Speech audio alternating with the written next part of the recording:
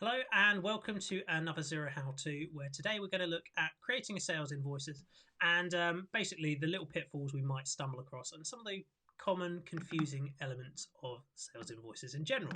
So I'm just going to share my screen with you guys and we're going to look at a lovely demo company. So firstly, I'm going to go as if I'm going to create a new sales invoice. I can either do it from here or I can go into business and go into sales overview or invoices from here. But I'm going to create one brand new from this new sales invoice element. So there's two formats for invoicing. This is the old format, and there is also another format available. Simply by selecting switch to new invoicing, we can change between the two. Now, they do have slightly different functionality and slightly different layout. We possibly think this was probably more user friendly on apps. Yeah, on an iPad or on a phone or something like that. But I personally don't really like it. I prefer the old classic invoicing. So there are quite a few missing fields on this one, aren't there? There are. I also agree with Lisa. I prefer the classic invoicing because on this one we don't have project codes, so tracking codes. We don't have discounts. We don't have the ability to change the tax rate in the same way. It's not quite. I don't find it quite as easy to see as well. So I prefer the classic invoicing option. But it might also be because that's what we're used to. Yeah, there is that argument as well.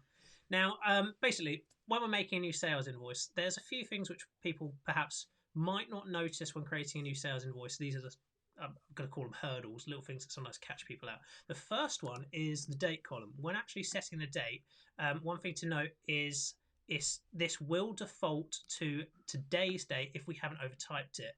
And that sounds sort of like it wouldn't catch people out, but it does. It makes sense, doesn't Yeah. it? But what we would recommend is that when you're raising a sales invoice, you change the date to match the period that the service or the product was delivered in. So particularly if you're billing for September activity, raise the invoice in September, not today, which might be the 15th, 16th of October. Try and do it in the month that you created the service. Then you don't have to worry about your invoices billing for services that are in the wrong month. Exactly. And then, of course, due dates also default as well. At the moment, I haven't got a default set up because I haven't selected a contact. But if I was to select a contact, let's see what contacts I've got available in here. Let's just set one up. That'll do. Whatever. with due dates, we can have a default in here as well. So one thing I will say is if you're changing the date after a due date has already been defaulted, please do change the due date as well. Otherwise, this may stick with the original default which we had in place. So it's worth keeping an eye on. Can use a calendar. Likewise, we can also do, say, plus 30, plus 14, and we can set these in here. That makes things really easy when you're setting up the invoice. So if you've got different terms with different clients, go into the actual contact itself and set your default up there, then it will always come up when you raise that invoice. Yeah. So other fields take use of reference field may not be used in all businesses, but it's quite handy for things like purchase orders or if you just want to include an additional reference. Yeah, purchase order is the most important, isn't it? So if customer has given you a purchase order, always put that in your sales invoice and that will make your payment process so much faster. Yeah, the advantage with this one as well is you can fill in the description, leave this field blank. They can provide the purchase order, you can add it to the reference field without changing any of the integrity of the data. So and then really reissue later. Exactly. Branding field, this is when we change to our various invoice defaults. So this might be handy if we've got different templates. So maybe we have one set of invoices for if someone's paying us in sterling, another one for if someone's paying us in US dollars because we might have different bank account details in there. We use this quite a lot where we've got currency payments. We do, yeah. Particularly, I had to update one yesterday because if you're on a currency payment, quite often your client needs the address of the bank as well. So you might have to have the sort code, the IBAN, the address, just to make sure that that invoice again gets paid faster. Yep. You can set up items which are in inventory. These are handy actually if you've got multiple staff members making item codes. Really good for pricing consistency and for coding consistency as well, because actually we can set an item and let's say I'm selling white golf balls, it can also fill the data. So it says on the initial description and also it sets the unit price, which can be a lifesaver because then you get consistency across your practice. It also saves you time in actually producing an invoice in the first place. If you've got the same narrative that you're trying to put in, you don't want to have to keep typing it all the time. Yeah, and this one's quite a lengthy one as well. Yeah. Now these ones are products. But you can use this for services as well. So you can set up items. If you go to do the training one there, for example, support. See, this is a support item which has a consistent narrative and a consistent pricing, but you don't want to have to keep typing the same thing in. But it's not a stock item, so you can set it, when you set up your item, you can set it up to be an item that either is stock or isn't stock. So don't worry about only thinking you can set items up for things that are physical stock. You can set it up for anything that saves you time in producing your sales invoice. Yeah, very, very handy. I'm just going to change some of these quantity fields just so it looks more like an actual invoice. Now, one thing I noticed with account codes is when we set up default in a contact, we might actually set a default sales account code for a given contact. But with here, we might have multiple account codes included. So one thing I will say is if the customer defaults, and they all say defaulted, I'm just going to change this out of principle. Imagine they'd all defaulted to consulting.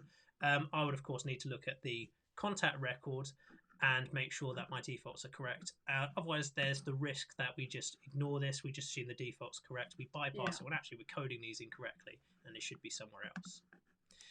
Now, the tax rate is one of these useful columns, but what I would say is, generally speaking, we shouldn't need to fiddle around with this too much, but you may notice a little plus sign. This is quite handy if actually you've raised an invoice and actually there's pennies rounding difference in the tax amounts. Generally, we won't use this too much in sales invoices, but it does come in handy in case we ever need to. One of the most useful ones here is going to be the project field if we are using tracking codes. You can get two different tracking categories in here, but one thing I will say is you can actually default it so they come up with the inventory item, but I would generally say always look at these anyway because projects do change, and it might be actually that you're doing a variation of different projects with one client and perhaps you're invoicing them with a crossover period does happen. Or you might not use them at all. So there is that. I reckon probably 20%, 30% of our clients use tracking codes. Yeah. So the ones that do use them really, really well. And they're useful for being able to report on the different projects and the profit and loss of each different project later on. So think about it if it's relevant for your business. Otherwise, just ignore it. And finally, there's also the tax inclusive and tax exclusive option. Now, this one I'm drawing attention to specifically by itself because the amount of times we'll see a client raise an invoice and they have intended for it to be £5.60 plus VAT, but they've actually marked it as tax inclusive. So actually what it's doing is it's £5.60 where some of that is including VAT already. So please do check. If you're aiming for something to be $5.60 plus VAT, set it to tax exclusive. And check it before you send it out.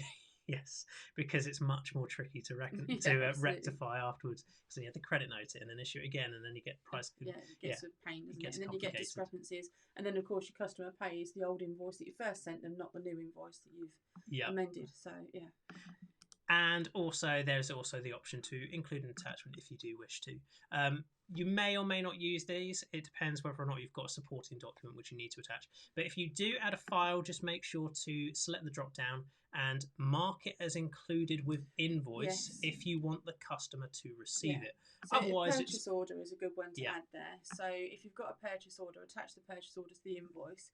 If you've got a contract that you want to attach to the invoice, you might want to include it on the invoice, but not necessarily send it back to your customer. So you've got the option to do both. Yeah, because you might find the contract sticks in related files, but actually purchase order ends up into include with invoice. Yeah, definitely. So worth considering. So that's sales invoices with a little bit of an overview of some of the items we can look at and we should be checking. What we're actually going to do quickly as well is show you some of the defaults where we can change some of these things to make it a little bit more user-friendly when we're setting them up. Well, you've just tabbed down to the save button. You've got the option there to save the invoice, so save it as a draft. So if you had a process where you've got half your invoice there, but you've got other things that you might need to add to it, you save it as a draft so it doesn't go out and it doesn't commit to your ledgers. You can also save it and submit it to approval, which means you can save your invoice, but perhaps you want to send it to a director or another person for them to check it and approve it first. Or you can save it and add another. And that's another reason I like the old invoicing format, because with new invoicing, it's not as flexible in that element. You can see in the top, I only have the option to send. So it's basically saying I'm just committing that invoice. The one advantage with this new invoicing type compared to the other one is that it saves as we go along. So if we crash out, we can basically recover this invoice partly completed. Whereas with the other one, we need to actively select save or otherwise approve. It just doesn't, and you lose it all, don't you? Or it's just lost. So I'm going to look at my invoice settings. Now I can do this by selecting the company name in the top left and going to settings. And then on the right hand side, I have the option to do invoice settings. So this is where we would set our defaults for our templates, which are really, really essential for getting paid on time, making sure they know our terms and conditions, setting payment dates, etc. But actually, there's also the option within this section to do default settings, where we can actually assign our invoice number, which is handy if we've changed systems, but if we haven't and we're just using this one, probably irrelevant. The main one is we've also got sales invoice due dates. So this is setting it in the master level across the organization. We might have a company policy where actually all of our customers should be paying us 14 days after the invoice date. So this is where we set the master organizational due date. But on top of that, I'm just going to save that. On top of that, we can also set this in the customer record. So if we go to contacts and go into customers, and we're looking for a particular customer, I'm just going to select whoever comes up on the list first. We can click into them. We can go to edit. And from here, you'll see all their regular details, postal address, etc. If we scroll right to the bottom, we have financial details and sales settings. So this is actually where we can set our various defaults for where we want these codes to be posted to. Yeah, and then they'll come up automatically each time. It saves a lot of time and again helps with the consistency of your posting. Yep, really, really handy. Really, really handy. And actually, this is when you can also, if you have the problem with tax inclusive, tax exclusive, you can help bypass that here as well. Yes, because again, in the very rare occasion where that's different on a client-by-client basis, you can then set that as default. Yeah. And then also on here, we can set the invoice due date. Now, we've set it in the organizational setting, but this one, if we set it in the customer level, it essentially overwrites that purely for this customer. So it's really handy if actually our normal terms are actually 14 days, but this one particular customer, we have given 30 days to. So that's when that's really handy, because we don't risk accidentally giving them short payment terms and then querying it. No, absolutely. It's really, you tend to get this where you have smaller customers and people you're dealing with who, sort of small business owners, micro businesses, that kind of thing. They tend to accept smaller, shorter payment terms. But if you're starting to deal with corporates and, blue chip companies, you're almost bound by their payment process. Yeah. So, it's 30 days or 30 days from month end. So that takes a little longer, but you're more likely to get paid anyway with the corporate. And speaking of getting paid, you can also default the invoice theme for a given contact record. So if this one purely buys in US dollars, I can purely set a US dollar branding, which means that I don't risk sending them the wrong template and paying to the wrong bank account or whatever I happen to have set up. Which is one of the biggest issues that we see with customers. Quite often you'll have a GBP payment that was meant to be USD. It's issued on a GBP invoice, and then the client pays in GBP, and you lose. You lose on the currency exchange. That can be quite costly as well. Yeah. We've seen people lose sort of several $100s sometimes, haven't we? And it gets really painful, and then you end up having to write it off because you can't ask the customer to pay the difference, because ultimately it was your own error for not issuing on the right invoice template. So take the time to set up the defaults, because they save you an awful lot of time and money in the long term. Definitely. And then of course, as with anything, in the editing fields, just make sure to click save. At times, Xero does a lot of things for you in terms of saving, but sometimes just forgetting to click that save button can be a right pain, because all of a sudden all your lovely data isn't actually being applied. So please do select that. So one more thing on the invoice itself, if you go back to the cab invoice that you just raised, once you're happy with the invoice and you've been through the process of running it through draft, you can then commit it to your ledgers. Capital Cabco is opening up. Yeah. And this is the one I've presented earlier. This is the... We still don't like the new... I still prefer the Billing. classic. When you've set one, it stands as the default, but you can choose which one you're more comfortable with. And then we're going to approve it. Yep. And all done. So once it's approved, it's committed to your ledgers, it sits in your age receivables, and you're ready to move on. Perfect. And good. So I hope you guys have found this video useful. And of course, if you have any queries or if you enjoyed this video, please do let us know. And see you guys again soon. Take care. Bye. Bye.